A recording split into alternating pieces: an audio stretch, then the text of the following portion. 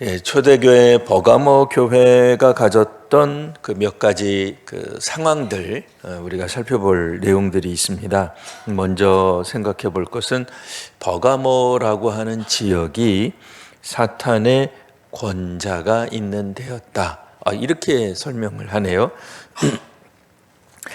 오늘날 우리도 사탄이 어디 사는지, 그 사탄이 어디서 가장 크게 역사하는지 궁금합니다. 다 동의하지는 않겠습니다만 그래도 우리 대한민국, 우리 남한에서 가장 영험한 곳 어딜 것 같아요? 영험한 곳 계룡산입니다. 왜 계룡산이냐? 그쪽 계통의 분들이 뻑하면 계룡산에서 수도한 지 몇 년 만에 이런 얘기를 하기 때문에 계룡산, 우리 강북에서는 그 가장 많이 신이 임하는 곳이 미아리 고개. 거기 왜 그렇죠? 한이 많아서. 우리가 그런 식으로 생각해 볼 수 있습니다. 그러니까 사탄이 어디서 가장 역사하느냐? 영화상에서 보면 옛날에는 무덤가에서 또 그렇게 귀신들이 역사를 많이 했어요. 혹은 누군가가 죽은 장소. 그러니까 그런 생각들을 보통 우리가 지배적으로 그런 생각들을 하곤 합니다. 근데 실제적으로 어떤 도시, 어떤 나라, 어떤 마을, 그 마을에 가장 영험한 곳, 옛날 우리 옛날 우리 조선조까지 거슬러 올라가면 마을에 가장 영험한 것은 뭐니 해도 마을 어귀 들어오는 곳에 있는 커다란 나무, 그쯤 될 겁니다. 그런 것처럼 그 고대 사회에서도 사탄의 어떤 권좌가 있는 곳, 그러니까 사탄이 직접 지배하는 곳, 그러니까 무슨 어떤 행정본부 같은 곳, 그런 곳이 있었는데 그게 바로 버가모다라는 얘기죠.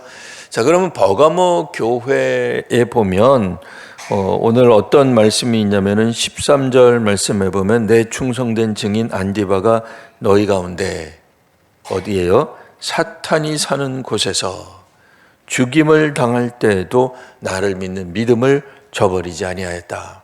그러니까 이 교회는 굉장한 교회죠. 칭찬받아 마땅한 교회입니다. 그러니까 가장 악한 곳, 가장 세속적이고 사탄이 가장 활발하게 움직일 수 있는 곳에 교회가 있었다, 그런 얘기예요. 오늘 우리는 미국도 아니고 서부 개척 시대도 아닙니다만 미국식 개념으로 보면 서부 개척 시대 때 술집이라든지 그런 어떤 이 청교도들이 볼 때는 가장 악한 곳, 뒤에서 무슨 밀거래가 막 벌어지고 음험한 이야기들이 막 오고 가고 누구를 죽이느냐 살리느냐 그런 범죄에 대한 그런 어떤 그 계획들이 이루어지는 그런 어떤 술집 같은 곳이 가장 악한 곳이라고 이렇게 이야기할 수 있겠죠. 오늘날 같으면 우리 성도님들은 어디라고 생각하십니까? 어떤 사람들은 여의도다. 왜? 여의도에 국회의사당이 있으니까 상징적으로 가장 정치적이고 정치라고 하는 것은 소위 말하는 친구도 없고 영원한 친구도 없고 영원한 적도 없다. 그래서 이건 말도 안 되는 얘기죠. 한 번 해병은 영원한 해병인 거고, 한 번 선배는 영원한 선배고, 한 번 우리가 어떤 정치적 신념을 가졌으면 끝까지 가져야 되고, 우리 종교인들 입장에서 보면은 어떤 종교를 가졌으면 끝까지 그 종교에 헌신해야지, 어떻게 사람이 살다가 조금 여의치 않다고 정치적인 어떤 그런 입장을 바꾼다든지, 그러면 이거 말이 안 되는 거잖아요.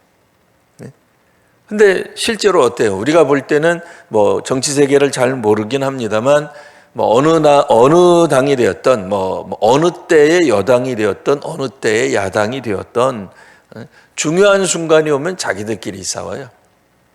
그 대표적인 예가 이번 같은 총선이죠.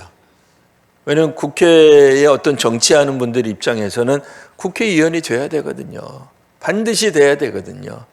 안 되면 정치 생명이 끝날 수도 있기 때문에 어쨌든 공천을 받아야 된다. 뭐 이제 우리 그런 얘기들은 보통 다 알고 있을 겁니다. 그러니 언젠가는 그러니까 상대방 정당을 향해서 뭐 이렇게 각을 세우고 날을 세웠다면 어느 시점에 가서는 이전 투구하는, 그러니까 자기들끼리 싸우는 그런 모습들을 종종 우리들이 뭐 TV나 이런 매체들을 통해서 본단 말이에요. 그러니까 어떤 사람들은 그런 모습을 보면서 야, 저기야말로 사탄이 역사하기 정말 좋은 데 아니겠느냐, 뭐 이런 생각을 할 수도 있을 것 같아요. 여하튼 여기서는 이제 사탄의 권자가 있다. 그러니까 사탄은 기본적으로 방해하는 자, 막는 자라는 뜻이에요. 그러니까 사탄이라고 하는 단어의 뜻이 그거예요. 뭐 사탄, 그러니까 뭐 염소 머리를 하고 있고 뿔이 있고 뭐 지옥의 권세를 가지고 있고 지옥의 수문장 같기도 하고 뭐 염라대왕 같기도 하고 염라대왕과 그들의 졸개 뭐 혹은 뭐 우리들이 잘 아는 뭐 그 저승사자 같은 존재가 아니라 그랬죠. 그게 아닙니다. 기본적으로 사탄이라고 하는 이름의 뜻은 가로막는 거예요. 방해하는 거예요. 특별히 누구를 방해하겠어요? 하나님의 뜻을, 하나님을 방해할 방법은 없고요. 사실은 정확하게는 하나님의 뜻이 이루어지는 걸 어떻게 하든 막는 거예요. 가로막는 거예요. 그러니까 그런 역할을 하는 게 사탄인데, 사탄의 권좌가 있다라고 하니 이 도시, 이 성읍에서, 이 마을, 이 나라에서 하나님 믿는 게 얼마나 어려울까, 뭐 이제 우리 이런 상상을 해볼 수 있습니다. 그런데 오늘 성경에 있는 것처럼 안디바는 주께서도 인정한 충성된 증인이에요. 얼마나 충성되었느냐? 사탄이 사는 곳에서, 그러니까 사탄들이 득실거리는, 뭐 세상적으로 요즘은 뭐 그렇게 생각하지 않습니다만, 그러니까 뭐 나가면은 교회 바깥에 나갔는데 술집에 뭐 여관에 뭐 이런 것만 잔뜩 있다 이거예요. 그럼 사람들 뭐라고 생각하겠어요? 여기가 바로 사탄이 거하는 것 아니겠느냐? 뭐 이런 생각할 수 있잖아요. 그러니까 도무지 환경 자체가, 우리가 뭐 맹모 삼천지교라고 하는 표현도 있는데요. 이 맹자의 어머니가 자기 자녀를 이렇게 양육하기 위해 불가피하게 장소를 옮겼다는 거 아니겠어요? 이 사회적 환경이 워낙 안 좋으면 애가 뭘 배우겠느냐?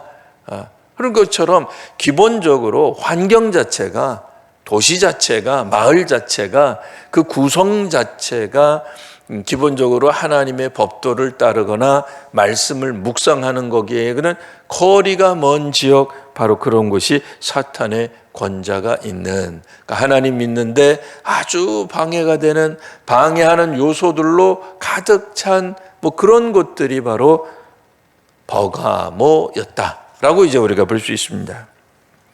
자, 그런데도 안디바라고 하는 이 충성스러운 증인은 죽임을 당할 때에도, 죽는 순간에도 우리 주님을 믿는 믿음을 저버리지 않았다. 이게 보통 어려운 게 아니다, 그 얘기죠. 근데 이 이야기와 더불어 오늘은 이제 오늘 성경에 보면 두어 가지 책망할 것 중에 하나가 발람의 교훈을 따른 것과 또 니골라당의 교훈을 따른 게 있는데, 니골라당은 지지난주에 우리가 한번 다뤘기 때문에 여기서는 안 다루고요. 오늘은 안 다루고, 오늘은 발람의 교훈을 중심으로 한번 살펴보겠습니다. 발람이 누굽니까? 발람. 이 출애굽을 한 이스라엘 백성들이 광야를 40여 년 동안 배회하다가 이제 점점 이제 그 약속의 땅, 또 혹은 약속의 그 시간이 점점 다가오고 있을 때, 이 모압이라고 하는 곳에 이제 이르게 됩니다. 사실 신명기의 배경이 되는 것도 모압이죠. 이 모압에 이르게 되었을 때에 이제 이스라엘 백성들은 광야 40년 생활을 이제 마치고 가나안 진출을 눈앞에 두고 있는, 물론 바로 목전에 두고 있는 건 아닙니다만 이 모압 땅을 건너가야, 아무 문제 없이 건너가야 그나마 이제 가나안에 대한 희망을 가질 수 있게 되는 거죠. 뭐 여하튼 이때에 이 모압 왕, 그러니까 모세가 인도하던 히브리 백성들, 출애굽하고 나서 약 40여 년이 지난 그 어느 시점에 모압 왕이 생각할 때 모압 왕 이름은 발락이에요. 발람은 선지자 이름이고요. 발락이라고 하는 모압 왕이 이 이스라엘 백성들을 그냥 보내서는 안 될 것 같은 생각이 자꾸 드는 거예요. 그래서 당시 유프라테스 지역에서 가장 영험하다는 주술가인 이 발람을 청빙합니다. 발람을 불러요. 불러가지고는 저 히브리 민족 이스라엘이죠. 이스라엘을 좀 제발 좀 저주해라. 당신이 그래도 이 땅에서, 이 동네에서, 이 근방에서, 이 대륙에서 가장 영험한 주술가, 혹은 영능력자, 혹은 무당이니, 우리식으로 말하면 무당이니, 좀 이스라엘에 대해서 저주하면은 좋겠다. 그러면 내가 막대한 재산을 주겠습니다. 이렇게 한 거예요.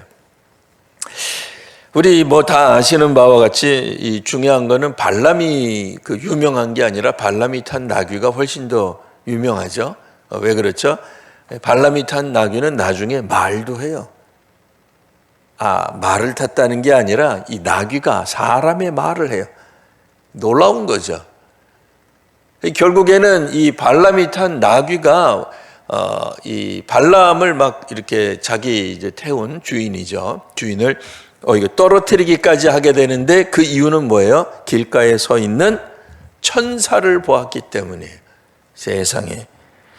우리 모두가 다 이 영안이 열려서 천사도 좀 보고 어디 집안 구석에 숨어 있는 귀신도 좀 보고 막 이러고 싶은데 이건 수천 년 전에 나귀가 본 거예요.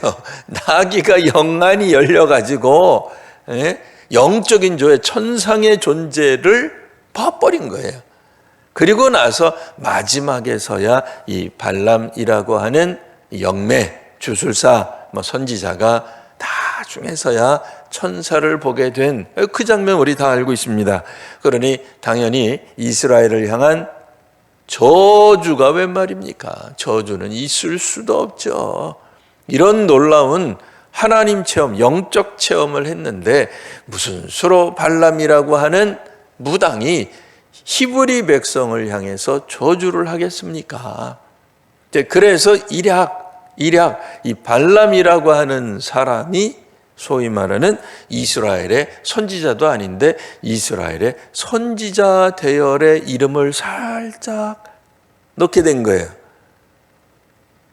그래서 종종 이제 많은 사람들이 성경을 읽다가도 이거야말로 능력 대결이다. 영적 대결이다. 하나님의 권능이 이 메소포타 지역 유프라테스 강변에서 가장 유명했던 주술사 발람을 회개시키고 회심시키고 변화시켰다 이거예요. 아주 대표적인 인물인 것처럼 이렇게 묘사가 되어 있었어요. 왜요? 발람이 나중에는 이스라엘이 저주가 아니라 축복을 주었기 때문에 그래요. 물론 여기서 우리가 궁금한 점은 도대체 발람이라고 하는 사람이 내린 축복이 과연 무슨 의미가 있을까? 정말 발람이라고 하는 무당이 갑자기 여호와 하나님을 만날까?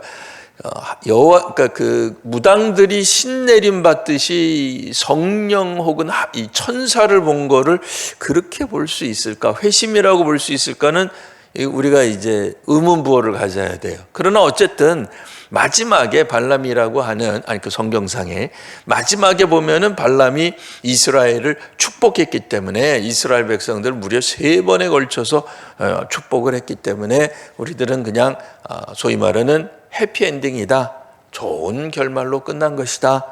뭐 동화에 나오는 것처럼 뭐 공주가 왕자를 만났대요. 그래서 어떻게 됐어요? 오래오래 행복하게 살았대요. 뭐 이제 그러고 그냥 넘어가잖아요. 뭐 자꾸 뭐 그렇게 구체적인 거 묻지 마라. 그냥 행복하게 잘 살았다. 뭐 그렇게 끝나는 것처럼 발람도 끝났으면 좋겠는데 그렇지 않아요. 발람은 그 다음 이야기가 있습니다. 근데 이게 이제 성경에 바로 그 뒤에 나와야 이제 우리가 쉽게 발람에 대한 이해를 할 수 있는데 이게 이제 다른 본문에 조금 떨어져서 있다가 보니까 이 사람이 그 사람인가 하는 생각이 드는데 이 사람이 그 사람 맞아요. 이 발람이 나중에 분명히 이스라엘 히브리 민족을 축복한 건 맞는데 그래서 성경 우리가 읽다가 보면은 그 본문에서는 슬쩍 사라져요. 뭐 더 이상 나올 이유가 없으니까요.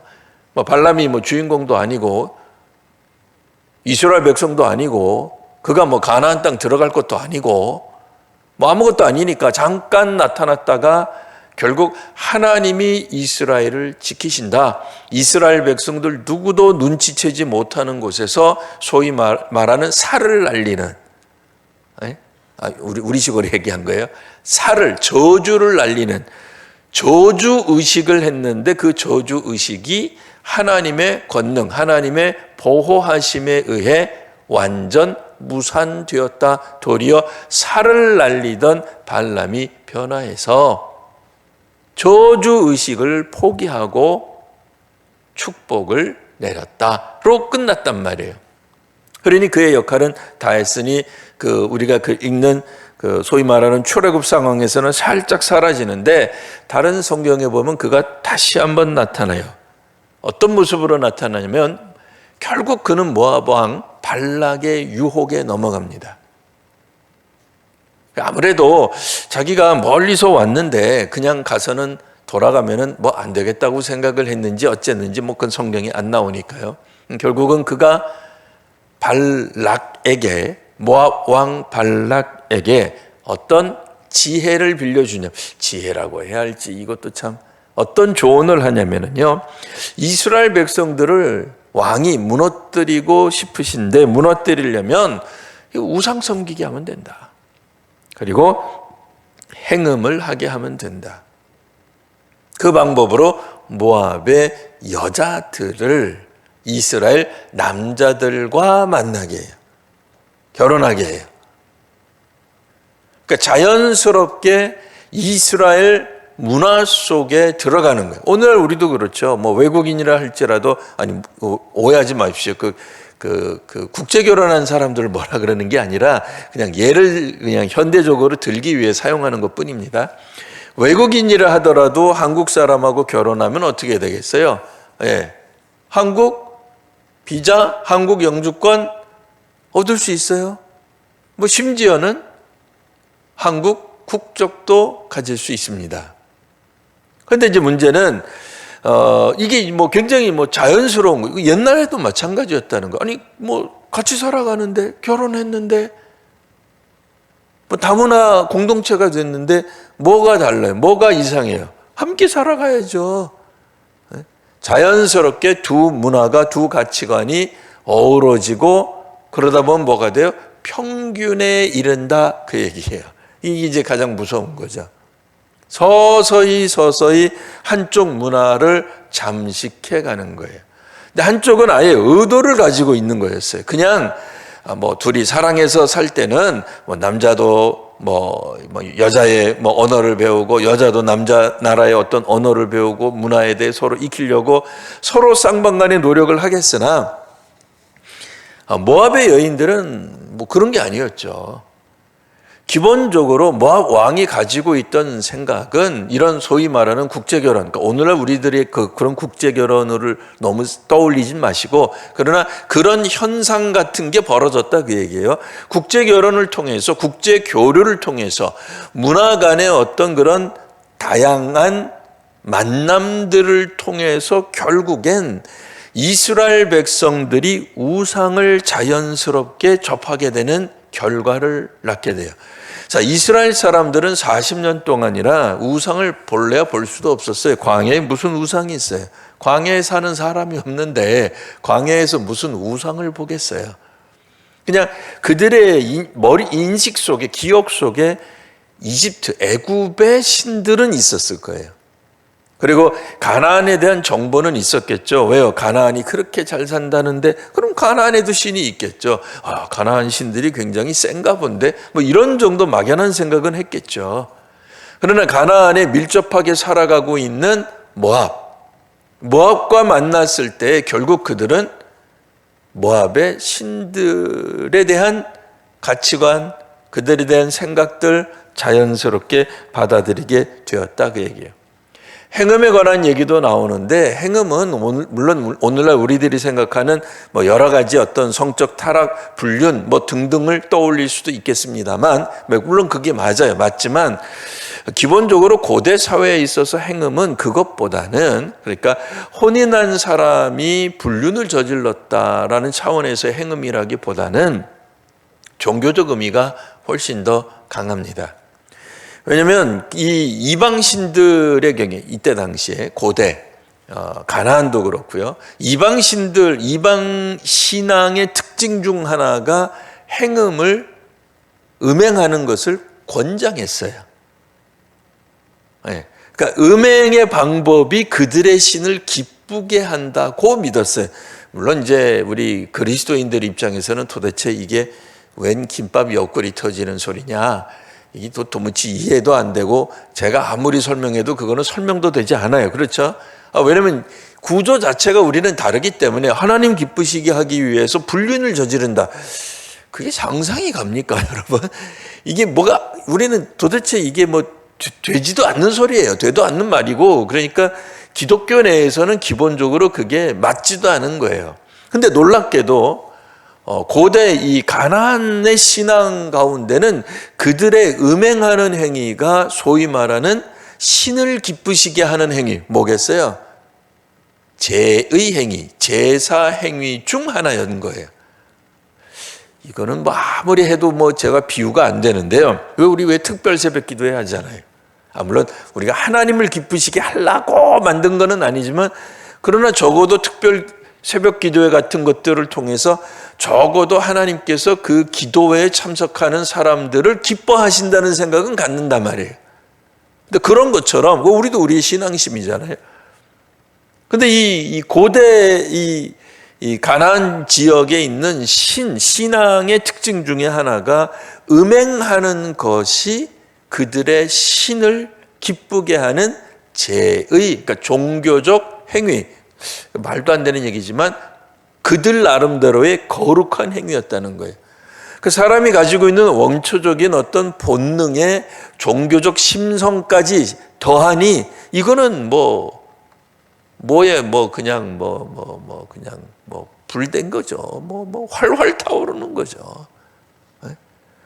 그렇지 않아도 사람들이 음행을 저지르고 싶은 어떤 그런 욕망, 욕구들에 사로잡히지만 소위 말하는 사회적 규범 때문에 우리가 그러지 못하잖아요. 근데 이거는 종교적으로 아예 해방감을 주는 거죠. 그럼 어떻게 되겠어요? 이 신앙이 불타오를 수밖에 없는 거죠. 좋잖아요. 음행도 하고 그들의 신도 기쁘게 하고 또 그들이 누릴 수 있는 모든 부귀와 영화, 행복, 축복을 누릴 수 있다라고 하니 얼마나 좋은 거겠어요. 근데 이거를 히브리인들이 점점 배우게 되었다, 그 얘기예요.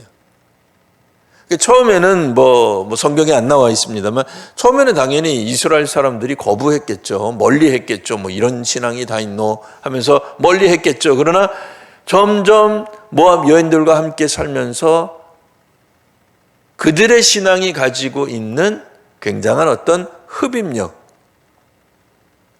좋아 보이잖아요. 괜찮아 보이잖아요. 그게 그들이 누리는 어떤 소위 말하는 선진국형 어떤 신앙인 것처럼 느껴지게 되더라, 그 얘기예요. 이게 얼마나 강력합니까? 그러니까 처음부터 우상신을 섬기라는 게 아니라 모압 여인들과 함께 더불어 살아가면서 점진적으로 이들이 그와 같은 것에 빠지게 되는 거죠. 결국 하나님 신앙보다는 다른 이방 신앙에 빠지게 되는데, 놀랍게도 이스라엘 사람들의 특징이 뭡니까? 그들은 여전히 하나님을 믿고 있다는 거예요. 그들 생각에. 그러니까 율법에 따르면 당연히 이거는 하나님을 떠난 행위죠. 하나님과의 어떤 언약을 깨뜨린 거죠. 그러니까 더는 참된 이스라엘이라고 볼 수 없는 거죠. 그런데도 이 사람들은 뭐라고 생각했냐면, 자신들은 여전히 하나님의 백성이요 이스라엘이고, 하나님 믿는 신앙에 잠깐 당시에 있는 어떤 문화, 가치에 발 하나 담근 정도로만 여긴 거죠. 그러니까 온전히 하나님을 떠났다고 여기지 않는 거예요. 마치 누구처럼? 발람 선지자처럼. 우리 그렇게 생각했잖아요. 발람은 능력 대결에서 결국엔 하나님께 압도되어 하나님께 순종한 메소포타미아의 유명한 주술가였다. 그는 이스라엘 백성을 축복한 사람이다. 그렇고 말고 라고 생각했는데 아니었다는 거예요. 물론 한때 그랬죠.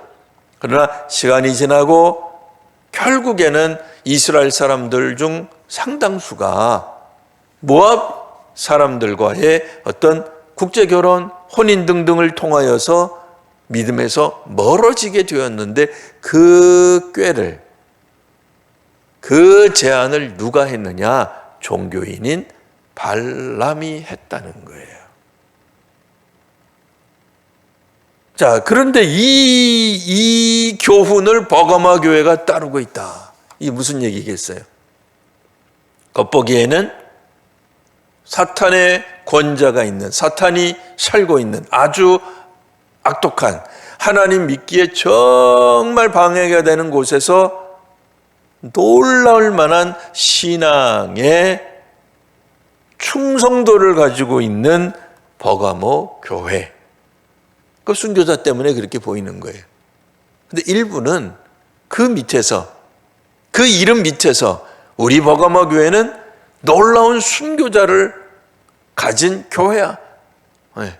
우리도 그런 신앙이 있잖아요. 우리도 일제치하 때, 6.25 때 믿음을 지키고 우리 또 교회를 지킨 그런 위대한 신앙의 선배님들이 계셔요.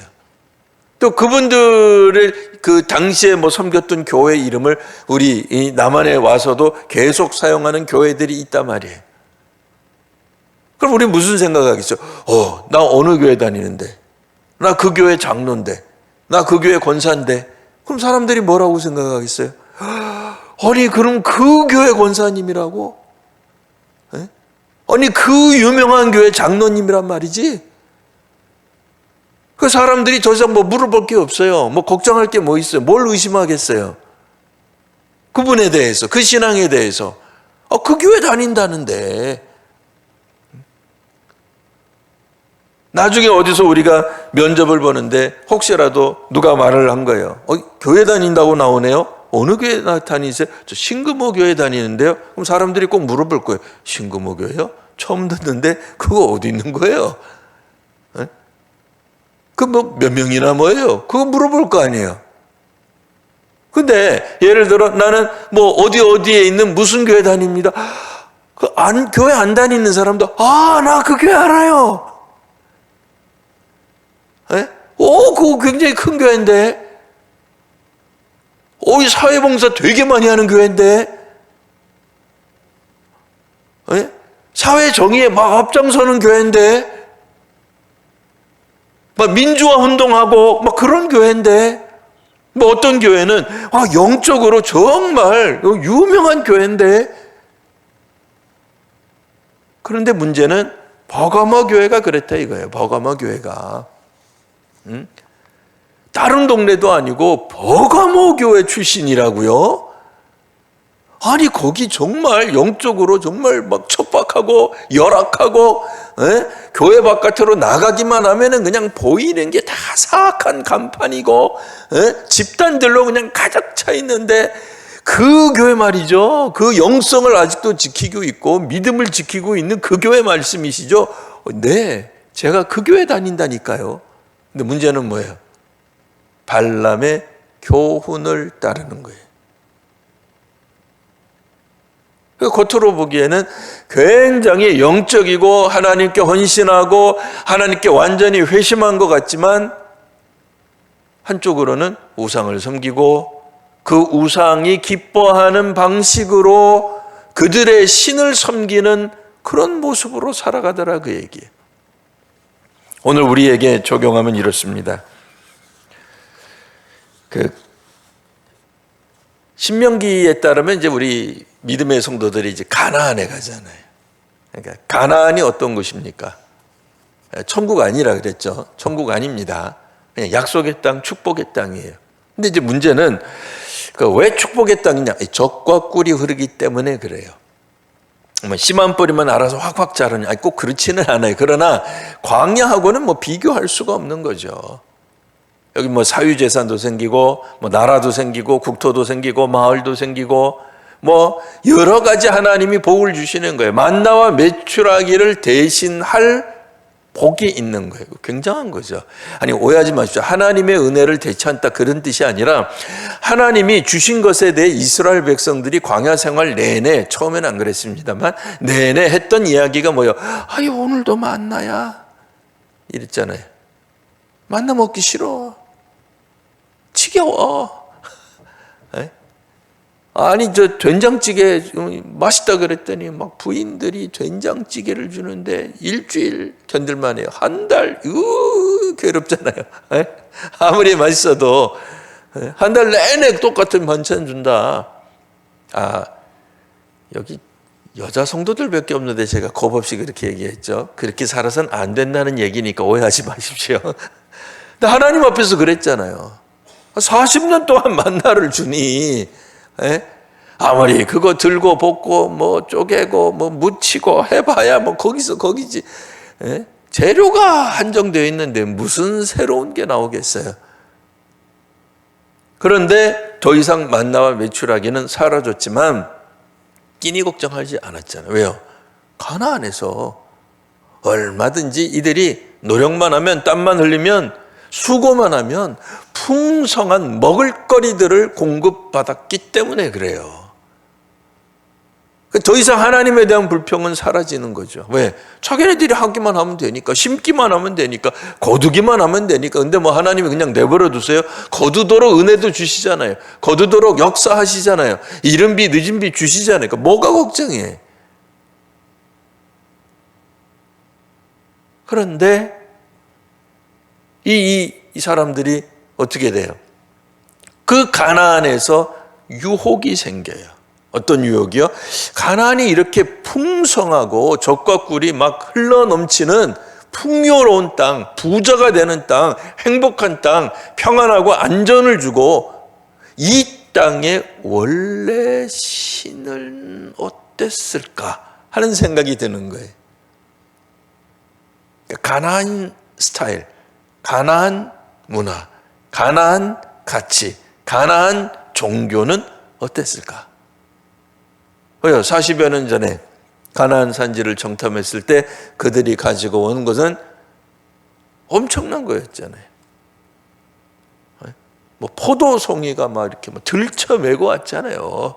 우리는 포도 이렇게 들고 오잖아요. 들고 오는 게 아니라 들쳐매고 올 정도로 엄청난 풍요의 땅이었단 말이에요. 그러니까 오늘날 가나안은 이 땅이에요. 이 시대예요. 지금 현대예요. 우리로 말하면 대한민국이고, 넓게 말하면 아시아고, 더 넓게 말하면 지구예요.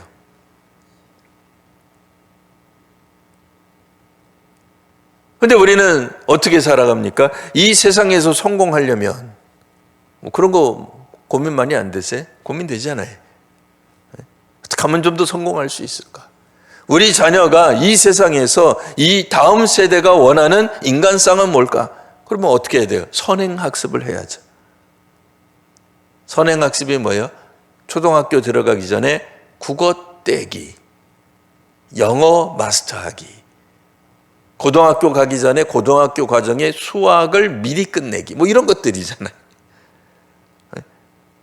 세상에서 요구하고 세상에서 성공하는 방식이 있더라 그 얘기예요. 근데 놀랍게도요, 세상에서 성공하는 방식을 따라가면 따라갈수록 어떻게 돼요? 점점 하나님 믿는 일하고는 묘하게 거리가 멀어져 가요. 희한하죠. 근데 우리가 자녀를 어떻게 키워왔냐 말이에요. 우리가 이 땅 위에서 부귀영화를 완전히 우리가 99칸짜리 그런 거 누리는 건 아니지만 더 잘 살기 위해서 우리는 뭘 했느냐 말이에요.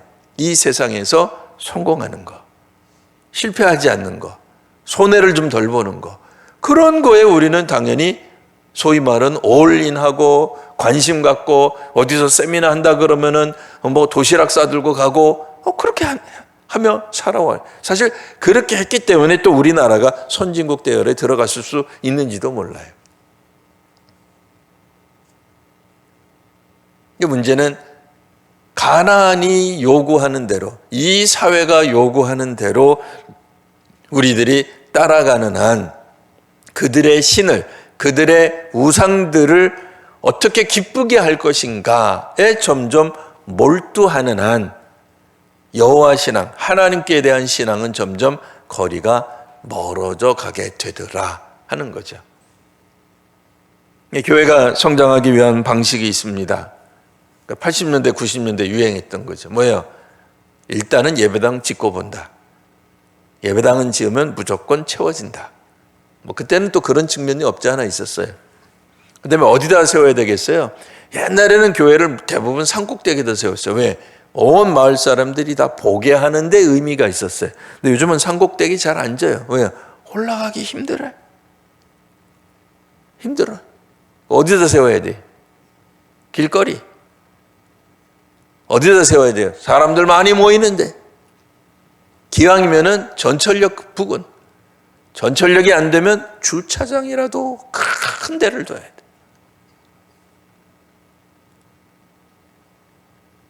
그래서 실제로 이 선교학에서 교회 성장이라고 하는 모든 교회 성장을 이야기하는 교회 성장 학파가 그걸 얘기하는 건 아닌데, 어떤 교회 성장 학자들은 제가 지금 말씀드린 부분들을 굉장히 중요한 것처럼 이야기를 했어요. 그래서 교회가 성장을 하려면 목을 잘 세워야 돼.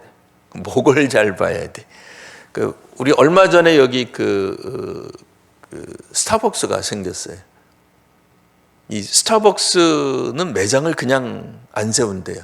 철저하게 현장 조사를 해요. 여기 유동인구가, 나이들은, 접근성은, 그래서 만드는 거예요. 철저하게 사회과학적인 분석을 통해서 하는 거예요. 사람들이 성공해. 네, 성공해. 그러니까 교회도 어떻게 해야 돼요?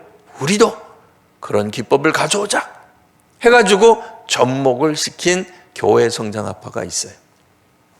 이거에 대해 이제 반발한 사람들이 나오죠. 누구겠어요? 뭔 소리냐? 그런 어떤 사회과학적인, 사회 분석적인 방법을 가지고 교회가 성장하는 것을 어떻게 이야기할 수 있느냐? 뭐니 해도 교회는 기도해야 된다. 하나님께로 돌아가야 된다. 하나님이 움직이셔야 교회가 성장하는 거고 교회가 부흥하는 거지, 그런 세상적인 방법을 써서는 안 된다. 또 이러고 또 반발을 하는 그런 또 학파가 나옵니다. 여하튼 그 학파에 대해서 나중에 또 우리가 주일 오후에 한번 이야기하기로 하고요. 이 버가모 교회가 가지고 있는 이 환경이 너무 열악했던 건 맞습니다. 그리고 그 세속적이고 타락한 문화 가운데서 기독교 신앙을 꽃피웠다라고 하는 게 정말 놀랍고 귀한 일임에 틀림없습니다.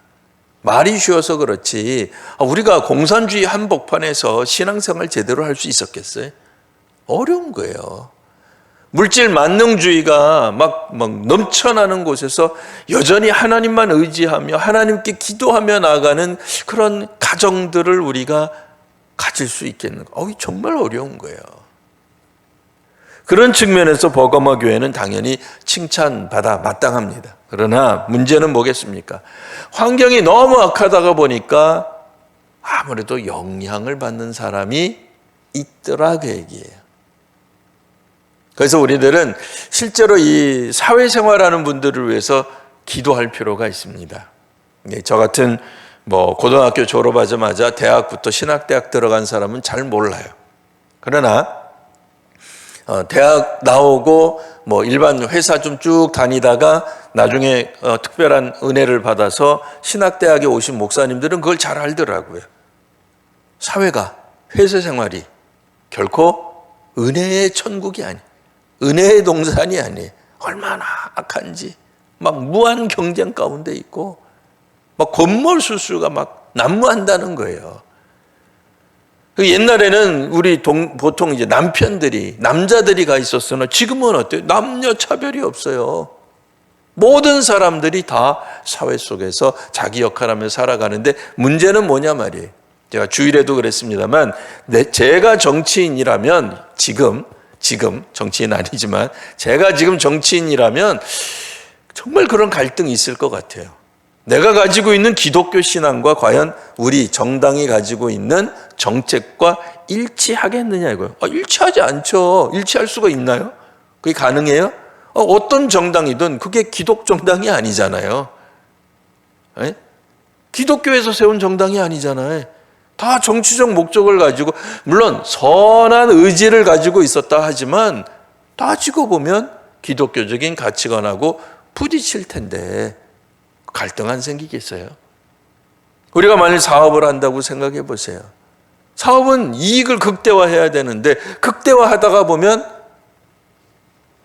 꼭 옳지 않은 방법도 손댈 수 있잖아요. 편법을 쓸 수도 있잖아요. 세금을 조금 덜 내려고 불법은 아니지만 편법을 할 수도 있잖아요. 그럼 가치관에 안 걸려요? 걸리죠. 양심이 찔리죠. 힘들 거 아니에요. 이거는 남자든 여자든 자영업을 하든 어떤 회사에 소속이 되든 직장 상사가 이야기를 하는데 안 들을 수 있어요? 명령하는데 그 명령이 안 맞아. 우리 기독교적 신념에도 안 맞아요. 나 이제 그만둡니다 하고 나갈 수 있어요? 요즘 직장 나가면 다른 직장 얻기가 쉬워요? 쉽지도 않은데. 그러니 이 사회 속에서 살아가는 우리 대부분의 성도님들이 다 그러겠습니다만 위하여 기도해야 됩니다. 그것을 우리가 사탄의 권좌가 있다 이렇게까지 말을 할 수는 없겠으나 기본적으로 하나님 나라 가치관과는 다른 방식으로 운영되는 세계예요. 이 사회가 우리 대한민국이 하나님 나라 가치관을 향해 가고 있어요? 정말 그렇게 믿으세요? 아니죠. 그렇게 믿는 분 아무도 없죠. 다르잖아요. 세상은 세상의 길을 가는 거고 교회는 교회의 길을 가는 건데 문제는 우리 그리스도인들이 교회 안에서 사는 게 아니잖아요. 교회 안에서 사는 건 저밖에 없고요. 그렇죠? 다 모든 성도님들은 다 사회 속에서 세상 가운데서 살아가는 거예요. 그러니 갈등이 생기죠. 거기에 물들 수가 있는 거예요. 그래서 특별히 이 사회 속에서 살아가는 우리의 자녀도 마찬가지예요. 우리도 마찬가지예요. 우리 친구들도 마찬가지입니다. 그래서 사실은 목회자보다도 더 기도에 집중돼야 될 분들이 바로 우리 성도님들 자신들입니다. 하나님의 축복을 더 받고 더 능력을 받고 더 기도의 권능과 우리 예배의 회복은 바로 무엇의 회복이겠어요? 성령께서 예배의 회복이 필요하신 건 아니잖아요. 예배 드리는 예배자의 삶의 변화, 예배자에게 일어나는 변화가 곧 예배의 변화로 나오는 거거든요. 그런 의미에서 예배자 되시는 우리 모든 성도님들을 위해 또 우리 구역 식구들을 위해 또 우리 가족들을 위해 기도하는 그런 귀한 한 주간 되시기를 바랍니다. 기도하겠습니다. 하나님, 오늘도 이 땅 위에서 이 사회 가운데서 정말 열심을 다해 공부도 하고 사업도 하고 직장도 다니며 또 자기가 맡은 바 직무들을 다 하는 이들이 있습니다. 이제 이 모든 성도들과 또 우리 대한민국 국민 전 모두에게 하나님 은혜를 더하여 주시어서 저희들이 끝까지 우리 주님께 봉사하고 충성할 수 있는 증인이 되게 하여 주시옵소서. 믿음에서 흐트러지지 않게 하시고 믿음의 가운데 끝까지 나아가는 저희들이 되게 하여 주옵소서. 거룩하신 우리 구주 예수님 이름으로 기도합니다. 아멘.